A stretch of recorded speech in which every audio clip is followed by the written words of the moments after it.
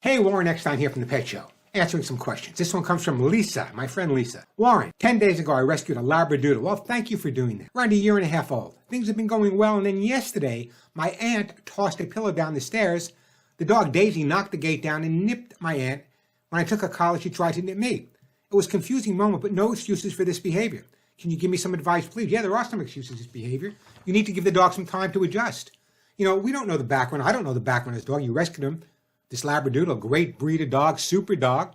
You don't know what this dog's been through. You don't know if he's been grabbed and pulled and hit. You have no idea. And if you have no idea if something was thrown at him, for example. So when your aunt threw that pillow down, the dog reacted. Not acceptable, but understandable. When you grabbed the dog on a collar, you know, the dog assumed that was an aggressive move on your part. And again, no excuse, but I understand it. So what's the problem here? Number one, you need to give the dog some time to decompress. I've rescued so many hundreds of stray dogs and stray cats in my lifetime, and so have my listeners. And the most important thing to do is just give the dog the opportunity to de-stress.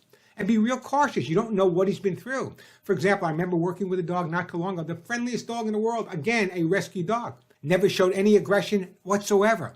All of a sudden, one day, their guardian went to put on a belt, and the dog became aggressive towards the guardian. And I did some work on that and researched it and found out the previous guardian, not even use the word guardian, the previous person would use a belt to hit the dog. We don't know. Maybe they threw a pillow at the dog. Maybe they grabbed the dog by the collar. Take it easy. It's 10 days ago? Come on now. Again, I don't know the background of the dog. I wish I knew a little bit more. Did you get it from a shelter? Do you know the background? In terms of the aggressive behavior, this was kind of more of a survival instinct. He went from probably a hellish scenario to heaven. And there he's going to be a little more possessive. Here's how you resolve it. Number one, give the dog, as I said, some time to decompress. Start some basic training with the dog. Why basic training? I can care less if the dog sits every time you tell him. But by training your dog or educating your dog, you're building the dog's confidence up. You're saying, good boy, good boy, good boy, good boy, good boy. Socialize him. The most important thing you do, even training is critical. Make sure he gets a lot of socialization around people. Always ending on a positive note. If you follow that advice, you're going to have the greatest dog in the world. But I see from what you're saying, there's no excuse for this behavior. Well, maybe you're right. There's no excuse for a dog to show aggressive behavior. The dog didn't bite you, he nipped at you. The dog didn't bite you and he nipped. Nipping is kind of like growling. It's kind of the dog letting you know that he's not feeling good about something. Again, give the dog the opportunity to decompress. Give the dog the opportunity to realize that you, other people in the household, are not the type of people he may have lived with before. And again, a year and a half old. Why was the dog given away, or why was it put up for adoption after a year and a half? Was he never socialized? Was he never exposed? Got a Labradoodle there.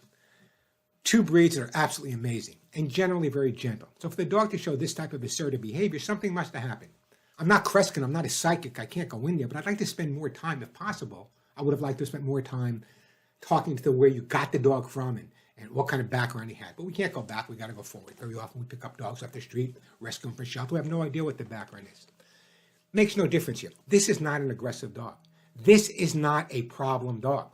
This is a dog that may have a little problem, but it's not a problem dog. Follow my advice.